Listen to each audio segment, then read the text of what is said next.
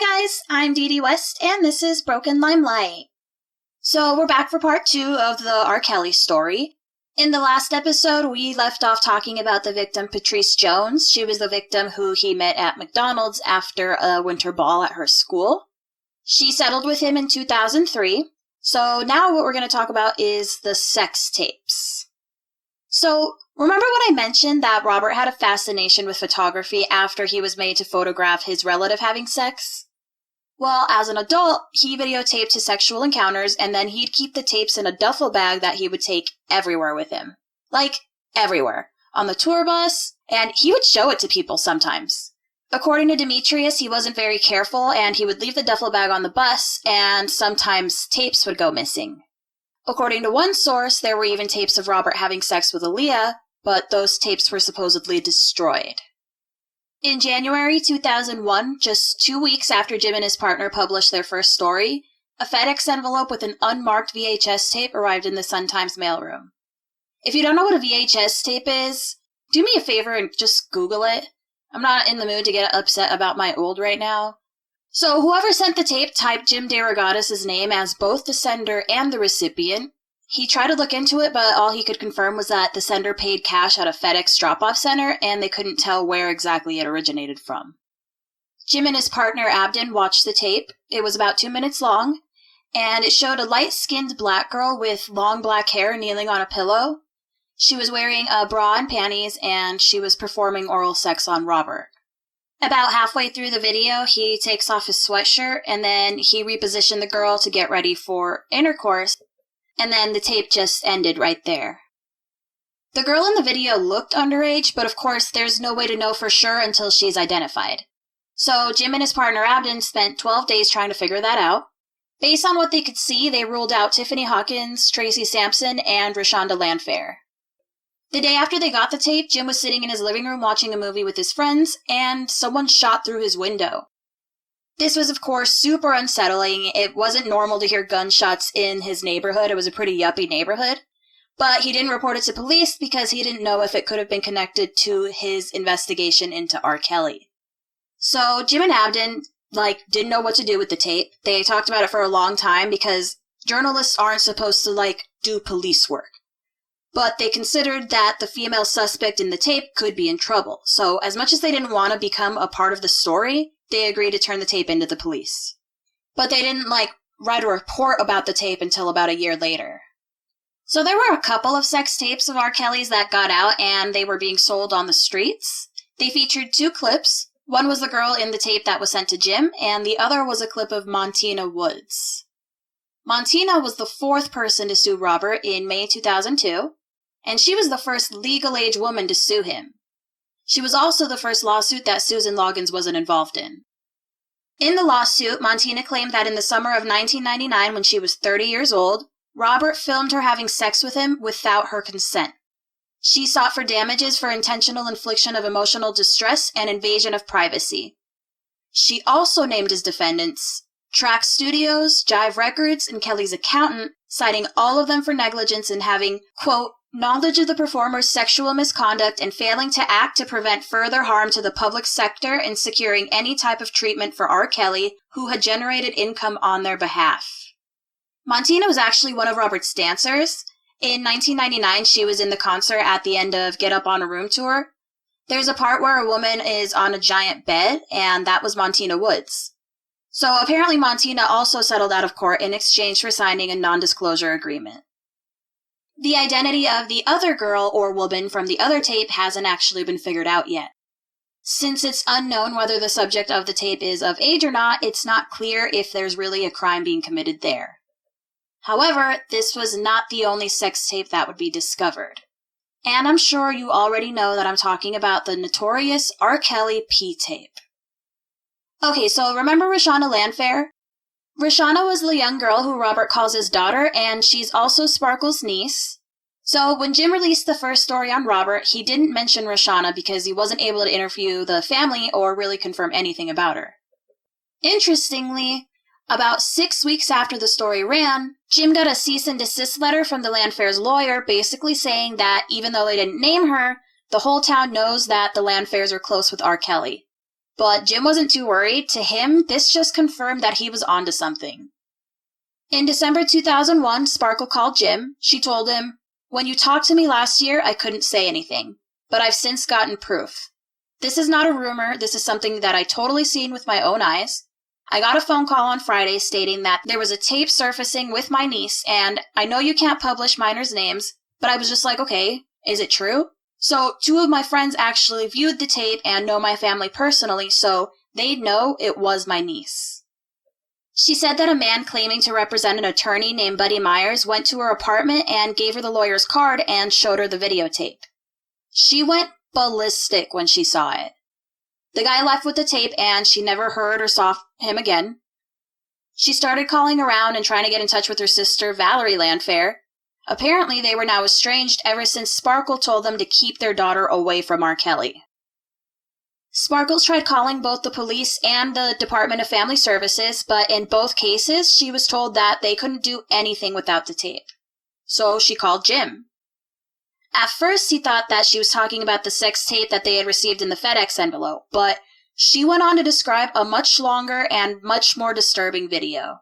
Rashonda was 17 at this point, and based on her hairstyle, Sparkle says that Rashonda was 14 in that video. Jim reached out to the lawyer, Buddy Meyer, but Buddy insisted that he's not working with R. Kelly or anybody associated with him. In February 2002, Jim got a call at work. It was a gruff, deep voice on the other end of the phone, and it said, "Go to your mailbox," and then hung up. Jim went home and checked his mailbox, and in it was an unmarked VHS cassette in a blank envelope. This video was a whole 26 minutes and 39 seconds long, and it seemed to be shot in the same location as the first short video they received. Kelly's crew members called this room the Colorado Room, or the Log Cabin Playroom. They determined that the tape was made sometime between 1998 and 99. Okay, so if you haven't heard the details of this video, it's pretty fucked up. I haven't personally seen it. It's obviously like a whole 26 minutes long of child pornography, but there are clips of the first 2 minutes where they're both still fully dressed, where it clearly looks like Robert, and it clearly looks like Rashonda, and it definitely looks like they're in the log cabin, or the Colorado Room. So let me give you a quick trigger warning. If you don't want to hear about the disturbing content of this video, you might want to skip forward about a minute or so. I mean, aside from the fact that it's a child in a sex tape, the sexual acts they're not for everyone. They might make you feel kind of sick. I mean, no judgment if you like this stuff, but in this case, this was a child who shouldn't even know that these things exist at that age, and she's definitely not even old enough to truly consent. So the video starts with the man who is fully dressed, and he hands the girl something. What it looks like is like Robert is handing Rashonda money.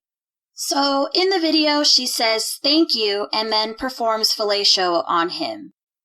The video cuts out for a second and it comes back to her dancing on the ledge of the bathtub for him, and he's like instructing her, saying things like, "Dance faster, baby."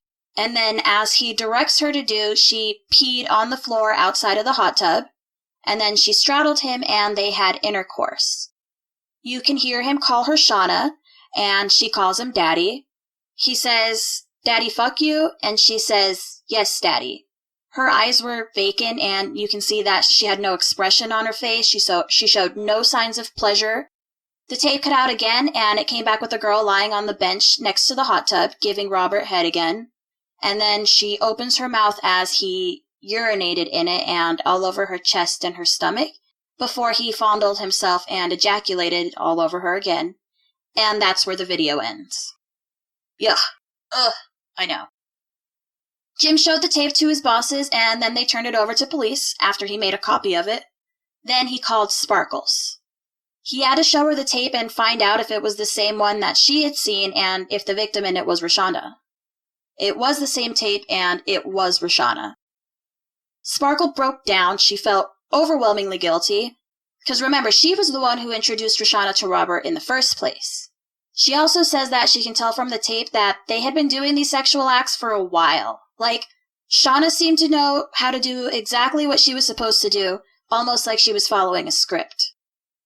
When Sparkles saw that Robert was handing Rashonda money at the beginning of the clip, she freaked out. She just broke down sobbing. She was like, she's not a fucking whore. Jim called Robert's attorney and told him that he was in possession of this tape and that he could come in and watch it and comment on it. He declined, saying it was an invitation he was unable to accept at the time. So Jim and his partner Abden went back to Roshana's house. They went back like 3 or 4 times and nobody was ever home. They found out that they were actually in Europe on tour with For the Cause, which was an R&B group that Roshana was in with her cousins. The family never returned Jim's phone calls, and according to Sparkles, they weren't answering calls from their relatives either. So Abden called a video expert who said that the possibility of fabricating this tape was slim to none. It's 26 minutes of putting somebody else's head on somebody else's body, and the ability to edit digital videos on a home computer wasn't widely available until the mid-2000s. Robert's attorney later called Jim and said that any tape he has is a fake and that the timing of it is suspicious. See, Robert was getting ready to perform at the Winter Olympics in Salt Lake City. It wasn't planned for them to expose him at this exact time, but Jim and Abden said that the story just wasn't ready to be released a minute sooner. Before Robert took the stage, he's then 35, he said, "It's not true. All I know is this. I have a few people in the past that I fired, people that I thought were my friends that's not my friends. It's crap, and that's how we're going to treat it. The reason these things are happening, I really do believe, is because of the fact that I didn't fall back as far as blackmail was concerned. I didn't give them any money. The world is getting ready to watch me sing a song called The World's Greatest, and you've got a tape out there trying to ruin my career. I feel like I owe my fans."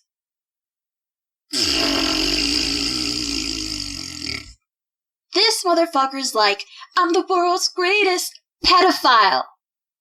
Well, this time, the story got a lot more attention. News outlets were actually reporting about it, and black women were urging boycotts of stores selling R. Kelly's music and radio stations playing his songs. You are Kelly! You are Kelly! You are Kelly! Jive Records released a statement that said, "R. Kelly has been with Jive Records for 11 years, and we fully support him and his music." In March 2002, Robert collaborated with Jay-Z on an album called The Best of Both Worlds. It wasn't as successful as they had hoped. Jay-Z distanced himself from Robert and they canceled the tour that they had planned.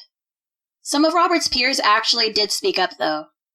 Nas told a concert audience, "We're not up here molesting children. We're not the best of both worlds." Cisco released a new track with the call-out, "The world's greatest? Whatever, ain't nothing but a child molester." Ha! Great minds. Dr. Dre even shelved a single by his own protege because it featured a cameo by R. Kelly. He said, "I haven't seen the video, nor do I want to see it, because there's a kid involved. That's where I draw the line." In April 2002, Robert sold the house where the sex tapes were made, the ones that have been discovered anyway. Abden took this opportunity to view the house now that it was vacant. He, of course, was most interested in the Colorado room. He noted that there were video cameras mounted on a wall and on the ceiling above the hot tub. Sources said that Robert also had an identical room in his new mansion.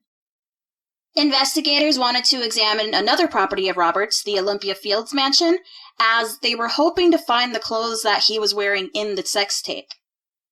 But the supervisor of the child sex abuse unit refused to request a warrant for that property. The Landfarers still weren't talking, and they were still not letting investigators anywhere near Roshana. Robert did an interview on BET, which aired on May 8, 2002.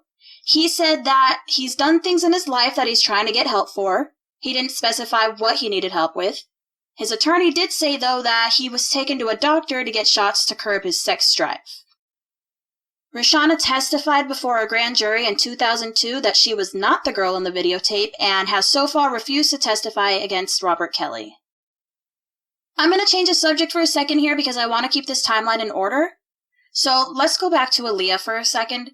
In August 2001, Aaliyah died in a plane crash at 22 years old.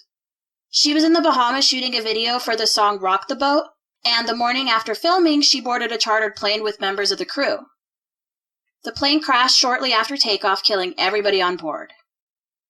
Allegedly, Aaliyah told her then boyfriend Damon Dash that she had a bad feeling about the plane.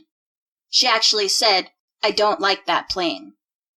So Robert's crew had a theory that Barry and Sparkle were using the tape to blackmail Robert. Remember, Barry is Aaliyah's uncle, and he was also Robert's manager. The story was that Rob and Barry had a bad falling out over Aaliyah, and when Aaliyah died, it pushed Barry over the edge.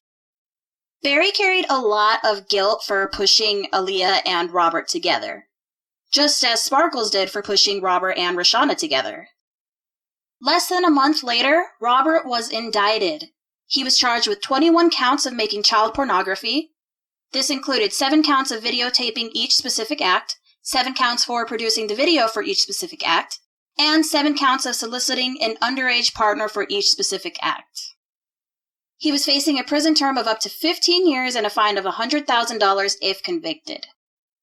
Robert was arrested at his home in Florida. He spent 1 night in jail, and the judge agreed to let him go back to Chicago on his own recognizance, but told him that he has to have no contact with any minor children not related by blood or marriage. So Kelly paid his bond of $750,000, all in $100 bills. He smiled on his way out of the courtroom, and he told reporters that he looked forward to proving his innocence. Then he and his team got into a car and drove to Salem Baptist Church, where Robert sang for 50 children and their parents at a kindergarten graduation ceremony. Which, they just told him he can't have any contact with minors. He literally said, "Yes, ma'am," and then walked out the door and went to a kindergarten graduation. A news report said that the stipulation of not associating with minors only applied in Florida. Which, what the fuck? I hope that's not true, but if it is, it sounds like a loophole designed specifically for people like R. Kelly. In the months that followed, he kept making music. He produced a song called Heaven I Need a Hug. Greg Lanfair played on that song too. The song has a line that says, "So shower down on me, wet me with your love," and "shower down on me" is like a catchphrase that repeated throughout the song. A former associate of Robert's was quoted as saying, "I know Robert and he knows exactly what he's doing. He's smarter than everyone thinks, and what he's doing, he's fucking with all of us." And yeah, I feel like he's doing things right in front of our fucking faces, just being like, "You can't arrest me." Robert's team apparently did everything possible to delay his trial. It took 6 years for him to see his day in court, which was record-breaking. But it's a common tactic in cases of sexual abuse of a minor. See, by the time they go to court, the victim will be a grown woman. In this case, Rashonda Lanfair was 23 by the time the case went to trial. The idea is that the jury will only see this grown woman in the courtroom and not focus on the much younger girl in the video.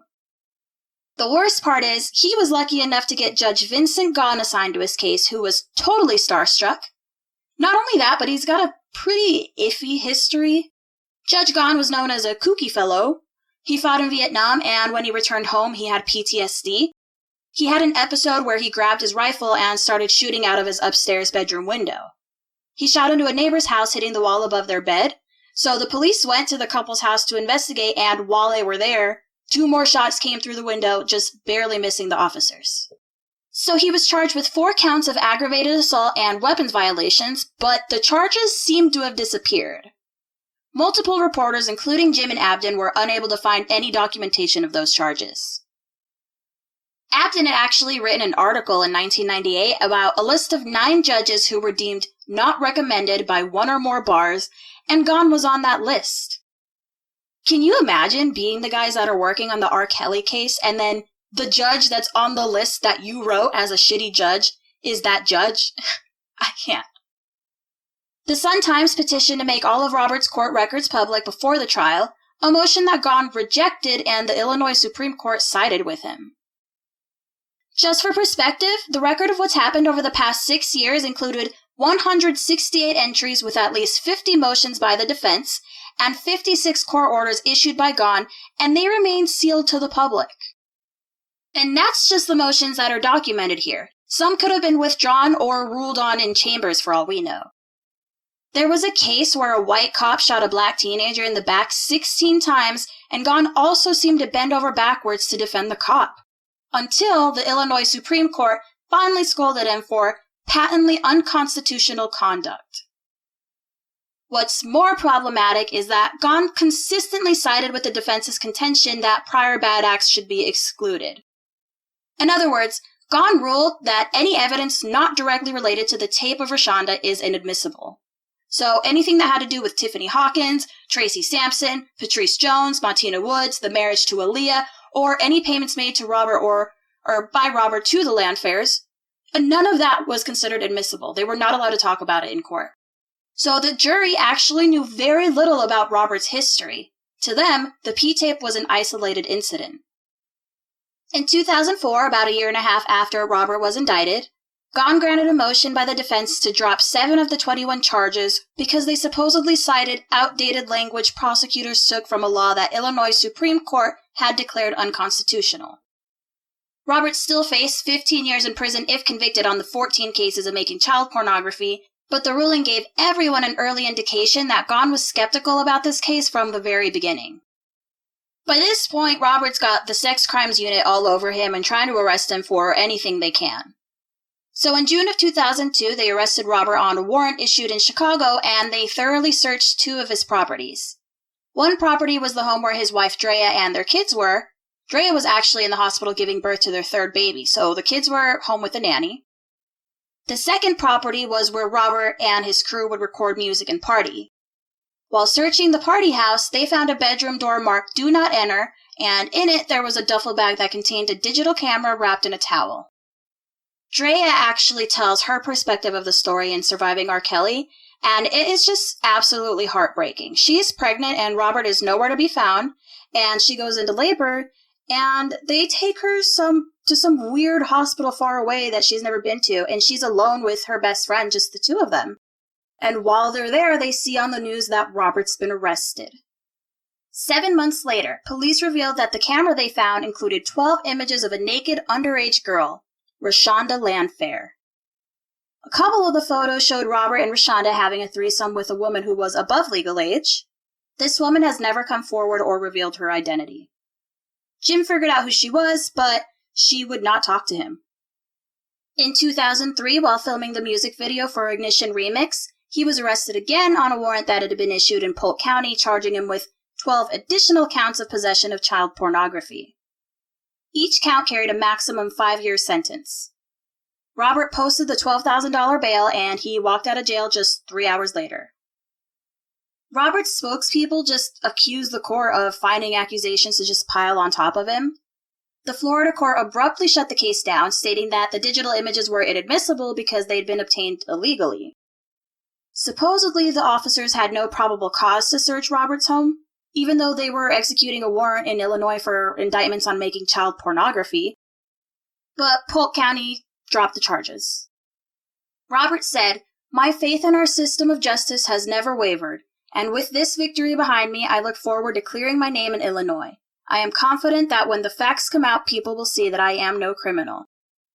This asshole is really, really fearless, man. He really believes that he's never going to get apprehended for this shit. In 2003, Robert released the album Chocolate Factory, which debuted at #1 on the Billboard Albums chart. It sold more than 2 million copies.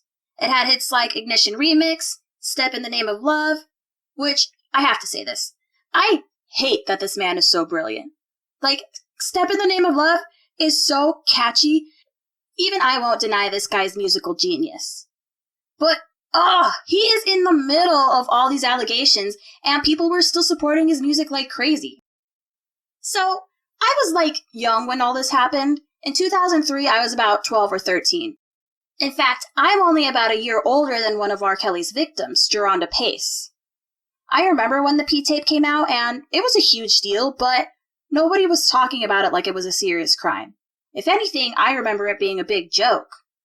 Everybody was talking about the Dave Chappelle jokes or the Boondocks episode, and I remember thinking well, this guy's still making music and he's not in jail. It didn't really occur to me that he was doing something illegal. I just thought maybe he had weird sexual tastes. I didn't know if maybe the girl in the video was not a minor, or I don't know. It didn't seem like anybody was really worried about him. And like I said, he was still performing all over the place and people were still swooning over him. So I didn't even think about, wow, this guy should be in prison. And that's the whole problem.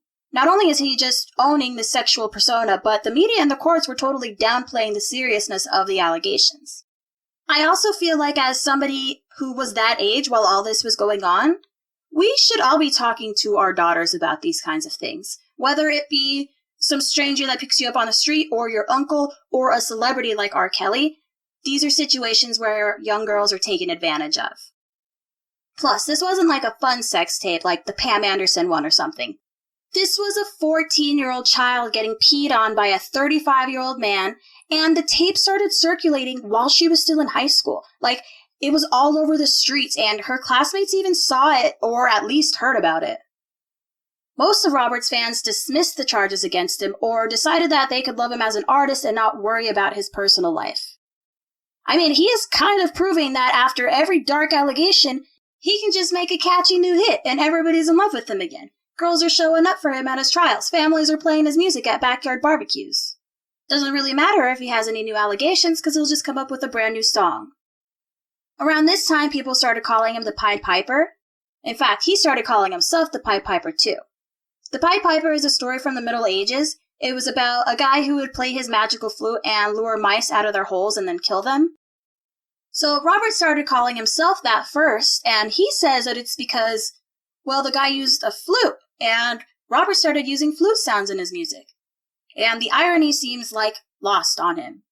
Everybody calls him the Pied Piper of R&B, really, because he's luring children. But he says he never heard the story of rats being lured to their deaths.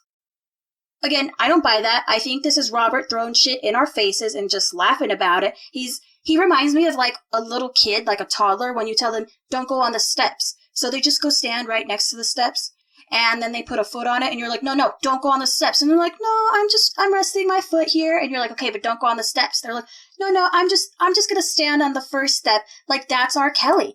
Like, within the middle of the indictment and the trial for his child pornography charges, he's still out there picking up girls, having concerts where they simulate sex on stage. Like, he's doing dirty thing after dirty thing, being like, well, you can't arrest me. That's not illegal, is it? But he has not changed. He's just, as a lot of victims and their families will say, he gets better at hiding it. He gets more sneaky. But I do frankly think that he's having a good laugh at the fact that they can't arrest him on anything. They've been trying, and he's been doing it since the early 90s, and here he is, still making music and abusing new girls. In 2004, a woman named Kelly Delaney reached out to Jim. She said that she met Robert in 1990 and they were lovers for a while, but they stopped sleeping together and became really close friends. In 98, she published a children's book called I Believe I Can Fly, the R. Kelly story, and she wrote that with Robert's blessing. His team helped her promote it.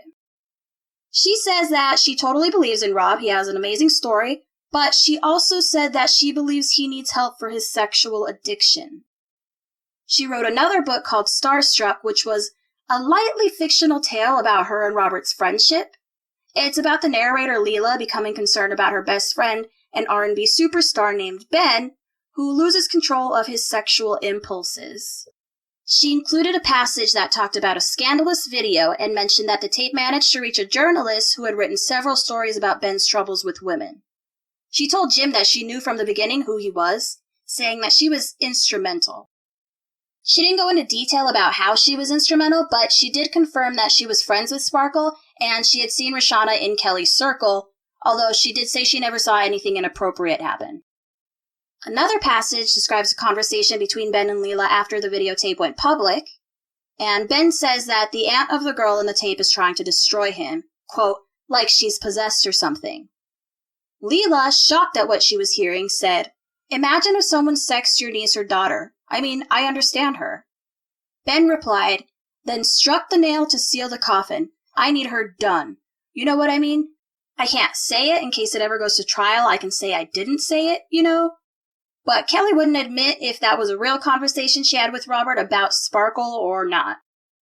She said, I wrote the book in fiction form so that I wouldn't have to tell specific things that Robert said to me in confidence, and yet I would like to get the message across that we should be thinking critically about these issues.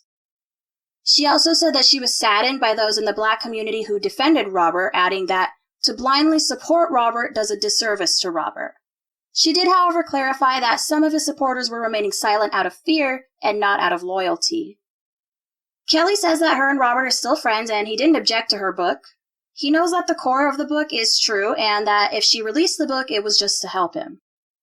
Abden finally came out and just asked her, should Robert go to jail? Her response was, I think he needs to go away, to be by himself away from the glare of stardom. What I'm saying in the book is that this guy is caught up, and his morals are kind of twisted now. I think he can't tell the boundaries of acceptable behavior. The book also mentions that Ben had videotaped Leela, shown the tape to her friends, and humiliated her, but she didn't say if that truly happened to her. So Jay-Z and R. Kelly ended up doing the tour together. According to Robert, they both knew that real money could be made if they toured together, but they didn't really perform together at all. They pretty much just switched off doing solo numbers. Robert's showcase started with a giant personal ad on big video screens that said, looking for a girl, must be down for anything. She's gotta be at least, and the scroll paused for a beat, 19 years old. And the audience kind of laughed. Then there was a part where Robert selected random women from the audience. They were actually dancers who were planted in the audience, and he seduced them into his prop tour bus. They all came out wearing orange prison jumpsuits and acting out a wild threesome in a prison cell that appeared on center stage. So, you see what I mean about him just kind of making jokes about this right in our faces? Dude just gets freakier and freakier while he's waiting for his trial. It was clear throughout the tour that Jay-Z didn't feel great about Robert. During one of his sets, he had paid tribute to fallen stars and he flashed their photos on the big screen. These stars included Tupac, Biggie Smalls, and eerily, Aaliyah. Jay-Z was friends with Aaliyah, or more accurately, he was friends and business partners with Aaliyah's boyfriend at the time of her death, Damon Dash. Damon Dash co-founded Rockefeller Records with Jay-Z, and Jay-Z had a big crush on Aaliyah, and Damon was appalled that he would work with R. Kelly. For night 2 of the show, Robert arrived 2.5 hours late, and then he left early before the closing bout with Jay-Z. Robert complained about Jay-Z's technical crew sabotaging Robert's parts of the show. The producers canceled the next date in Cincinnati. A week later, Robert stopped a show in St. Louis and got into a screaming match with the tech crew.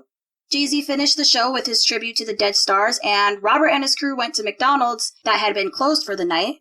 Robert persuaded the manager to reopen the McDonald's and also to allow him to hand out orders to customers at the drive-thru. It was all over the radio, and people started rushing to McDonald's to have R. Kelly serve them burgers. R. Kelly's behavior was getting increasingly bizarre. A couple shows on the tour were canceled, and on another show, Robert fled the stage during his second solo, saying that there were people in the crowd that were waving guns at him. When he came back, Jay-Z's friend pepper sprayed him. I'm not sure why, maybe he was just acting a fool. Robert went to the hospital while Jay-Z ended the show with other superstars that had been in the audience that night. The next day, Robert and Jay-Z each gave their own interviews. Jay-Z said that Robert was jealous because the audience liked him better. Robert complained about production issues. Jay-Z kicked him off the tour and tapped in Pharrell Williams, Snoop Dogg, and Kanye West to finish the tour. Robert sued Jay-Z, and Jay sued him back. A judge dismissed that lawsuit, and Jay-Z settled Robert's claim out of court. Lawyers have not disclosed the terms, and Jay-Z has not spoken publicly about R. Kelly ever since. Real quick, I want to read you a couple quotes from Damon Dash. Like I said, Damon was Aaliyah's boyfriend at the time of her death. He says that they were very, very close, very serious, and were planning on getting married. So one thing he said was, that dude was a bad man. I didn't really want to know what he did to the extent that I would, deal with it because that's what a man does. But it was so much hurt for her to revisit it. I wouldn't want to revisit it without a professional. Whatever got done was terrible. He also said, I remember having the conversation with Aaliyah, and I was like, yo, tell me what happened. And she was just like, she just couldn't. What do you think I felt? I'm human, bro. I had to look the other way. All these years. Publicly, that man did a record with that raped my girl, that he liked as well, but no one said nothing. Robert's team actually started coming after Jim and Abden at one point. They reported that not only was Jim's reporting inaccurate, but they also took shots at his punk band, referencing lyrics and photos from their website. Which was weird, like why are they looking at this journalist's personal info? Robert's manager called him at home and told him, I know you have a 6-year-old daughter. He also talked to Abden and told him that he saw Jim and his daughter at a shopping mall and said that he wanted to beat him up. Of course, Jim and Abden documented these comments in memos to their editors. Demetrius Smith, who was Robert's tour manager, and remember, He had worked with Robert for 13 years, and he took a part in the illegal marriage to Aaliyah. He's openly stated that the studio could be filled with 20 women, aged 21 or so, but Robert consistently focused on the self-conscious teenager standing in the corner staring at her feet, too shy to talk.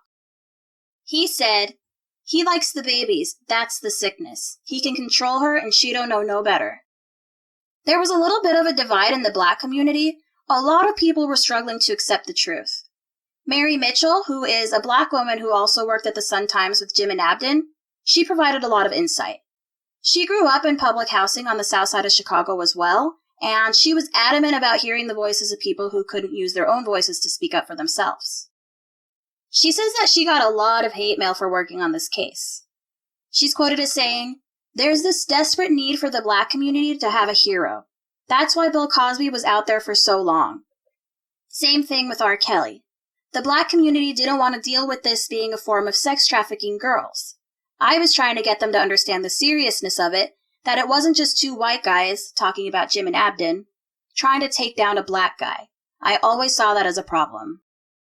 She also said, "Kelly may be the mama's boy who can do no wrong in the Black community, but he is also the poster child for the dysfunctional relationship that has developed between adult men and girls in our society." The rapper Common actually said in 2019, admitting that he didn't even understand the seriousness of it until it was too late. He said, "We failed as a community. We knew these things were happening. Instead of trying to free these young ladies and stop this thing going on, we were just like, man, rockin' to the music. I'm guilty of that too myself. I didn't want to speak out against it." So it's hard to comment on this when you aren't Black, but one thing that I think is important to remember is that the victims are Black. If they were white, justice might be served more quickly, and that is unfortunate. Unfortunately, there's a history in the USA of Black victims going without justice. In April 2003, Mary interviewed Drea, that's Robert's wife. By all accounts, including Drea's, she had to follow rules like knock before entering or exiting any room of the house, and she had to ask for permission to eat. She was rarely seen in public with Robert. A lot of people believe that he wanted to make sure she couldn't move around the house or even around outside of the house. His crew called her puppy dog, and that just breaks my heart. In Drea's interviews, like, for example, in Surviving R. Kelly, she seems so collected and so in control up until she's asked specifically about how he controlled her or abused her, and her eyes kind of glaze over and her posture kind of sulks. It's like she's a strong woman who knows how to speak up for herself, and yet something inside her has been broken down. Mary also talked to Drea's mother and grandfather and aunt, and they all said that they weren't allowed to visit her, and Drea wasn't allowed to talk to anybody on the phone. This is another thing that a lot of his girlfriends would say. He would take their cell phones and give them new ones and tell them that they were not allowed to contact anyone except Robert, unless Robert specifically directed them to call somebody. Andrea hadn't spoken to her family for over 2 years, and they hadn't even met her youngest son, Robert Jr. Drea's mom had requested for police to go and perform a well check on her, but they reported that she was fine. In September 2005, which is 3 years after the indictment, Drea petitioned for an order of protection from Robert. She charged that he hit her and slapped her when she asked him for a divorce, and said that she was afraid of him and wanted to get away safely. A few weeks later, they made up, and she rescinded the request for a protective order. In 2007, Drea did an interview where she said she didn't believe the allegations against Robert. The prosecution team tried really hard to get her to testify, but she absolutely refused. But then the couple divorced about a year after the trial ended, and in 2018, she finally started talking. Drea started describing to the media how she suffered physical abuse and mental abuse from Robert throughout their marriage. At one point, she says that she contemplated suicide. She's opened up about a lot, but she says that there's still a lot she's not willing to talk about. She says that she never saw any underage girls. He kept them away from her for a reason. By 2006, this was now 3 years after the indictment, but the trial still hadn't started, Robert's brother Carey released an interview with Drama magazine claiming that Robert emotionally and physically abused Drea and had a problem with underage girls, and also that he often showed the sex tape to his friends throughout the indictment. According to Carrie, Robert called him up a year prior and asked him to take the fall and falsely admit to being the man in the sex tape. And in return, he offered Carrie $50,000, a record deal, and his own house. Carrie turned him down. He didn't think it was worth it to perjure himself and take the blame for all of that. Just so you know, both of Robert's other siblings, Bruce and Teresa, worked for him at one point, or they worked for him on and off. Bruce worked as a bodyguard and Teresa as his housekeeper. Like I said, Teresa's never spoken about Robert publicly. Bruce has, though. He's seen on Surviving R. Kelly. He's, in prison as he's being interviewed. And Bruce gives some creepy vibes, too. He said things on the show like, "It's just a preference. I like older women, but that's just my preference. Rob likes younger women. What's the big deal about my brother?" Nah, bro. Nope. And again, we know that Robert and Carrie were sexually abused by Teresa, allegedly, and other family members. I would not be surprised if Bruce was also a victim as a child, and I don't know, maybe his brain is wired a little bit like Robert's. In fall of 2006, Jim got a call from a guy named Henry Vaughn. Henry worked as a security guard for Robert and claimed to have also been a mentor and, quote, uncle to him since his teen years. They weren't actually related, but Robert and his crew called him Uncle Henry Love. Real quick, I know in part 1 I mentioned that Robert and his siblings as little kids were they were molested by somebody named Henry or Mr. Henry or Uncle. I'm not sure if this is the same person. I couldn't confirm that, so take that as you will. So Henry went out and met with Jim, Abden, and Mary, and he told them that he had filed a lawsuit against Robert. He claimed that he had gone to a party at Robert's mansion earlier that year, and Robert and his bodyguards beat the shit out of him. The suit also demanded compensation for, quote, permanent injuries from the beating, as well as money that Kelly promised to pay him for sharing his stepping moves and inspiring the song Step in the Name of Love. They asked him why Robert would beat someone up that was supposedly his friend and mentor, and he said that he wasn't sure, but he described the argument that led to the fight. Allegedly, Robert's 7-year-old daughter was dressed up with tight jeans and makeup on at this party, and she was dancing on top of a pool table, and Robert was encouraging it. So that's how the argument started. By the way, and I'm just telling you this for accuracy, it's not relevant to the story, but this daughter that we're talking about was Jaya. She has come out as transgender in 2014 and now prefers to be called Robert's son, Jay. So after talking to Uncle Henry, Abden reached out to the Olympia Fields police, and they told him that they responded to a call from the mansion that night, but when they got there, Robert and everyone at the party had told them that Uncle Henry had gotten drunk and needed to be subdued.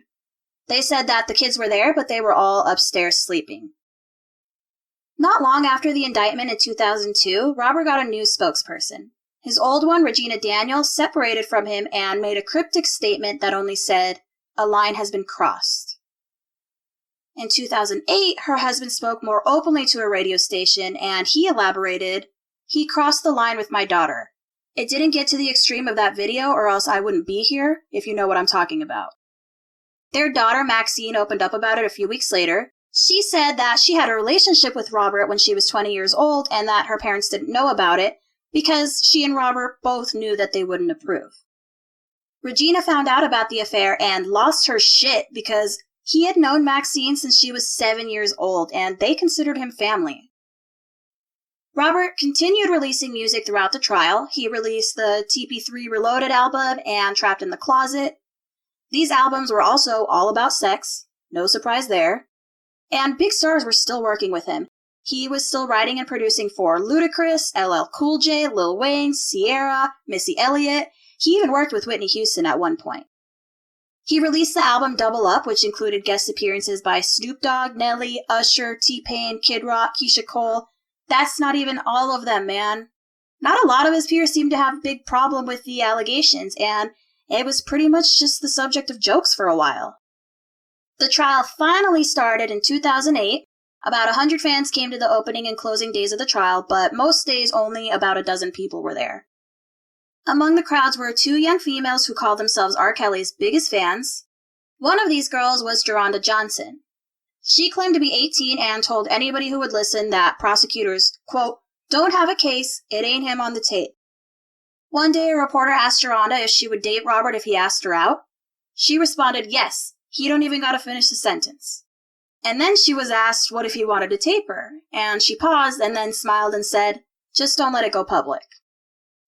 One of the biggest problems with this case is that Rashonda and her parents refused to testify, and Robert's lawyers would not let that go. The problem was that Rashonda testified in front of a grand jury in 2002 and said that she was not the girl in the tape. So if the prosecution were to win, she could be charged with perjury and go to prison herself.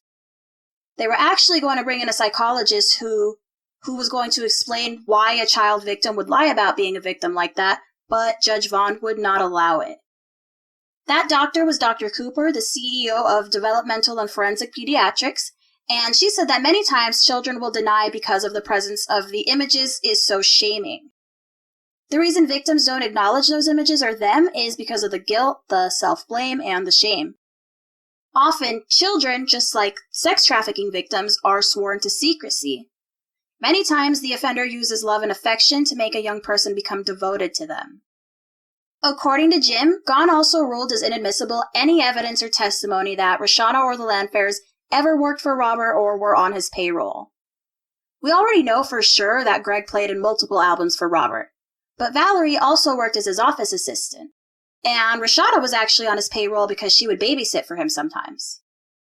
It's unclear why the prosecution wouldn't be able to follow the money from Robert to the Landfairs, or why Gahn wouldn't allow the jury to hear about Robert's history of silencing his victims.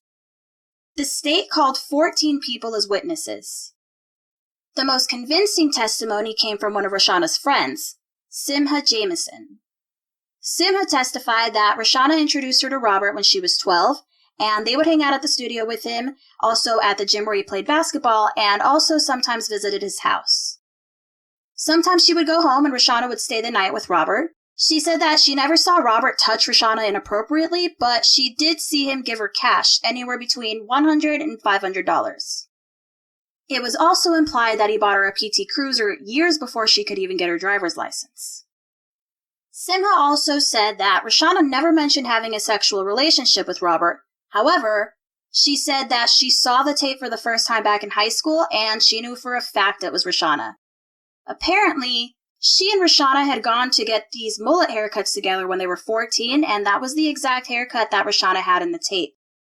Simha also revealed that she had received gifts from Robert, including $100 on her 13th birthday. There were a lot of people who testified that they were absolutely positive that Rashonda was the girl in the tape, including Rashonda's relatives, her basketball coach, her teammates, her classmates' parents, and of course Sparkle. But of course, Shauna says it's not her. One thing that I found super weird is that the man in the tape, just kidding, we all know it's R. Kelly, but the man in the tape clearly called the girl Shauna, and yet the prosecution never brought that up with any of their witnesses. They never asked specifically about that name. And the defense made a lot of really dumb points. One was that the man in the video could not be Robert because he had a mole and Robert did not, but then they examined other videos of Robert's where he did have a mole. They also tried to say that the video was fabricated.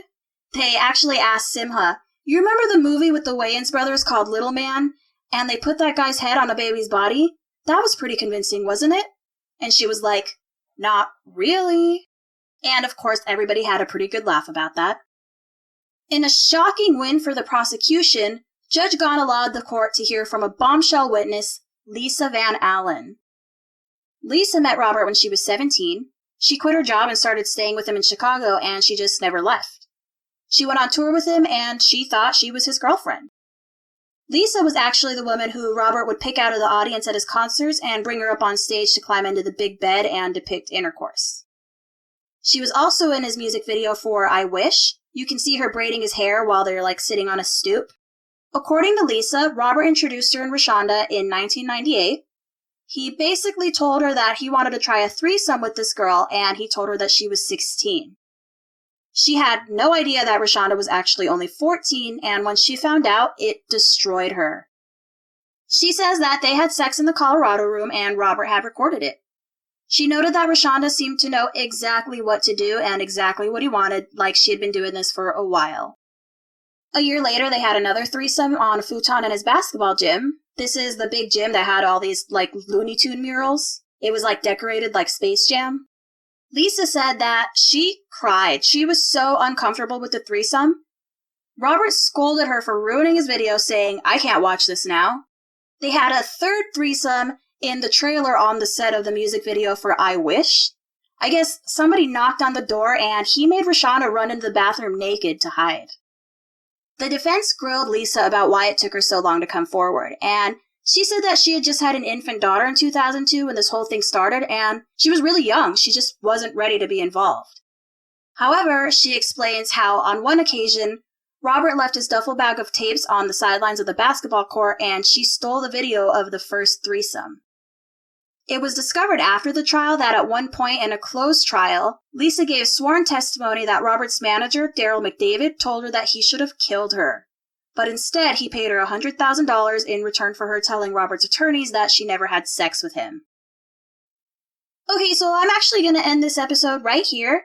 I'll release part 3 within about a week, and in that episode I will go more into detail about the quote-unquote sex cult.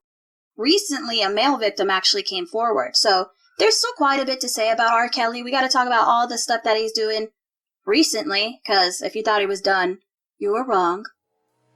I really appreciate you guys toughing it out with me during this long story. If you like this podcast, please tell your friends about it, or leave me a review on Apple or something. You can also check out BrokenLimelight.com, and there you can find transcripts and show notes and images. That's pretty much all I got for you today. I'll talk to you guys next week. Bye-bye!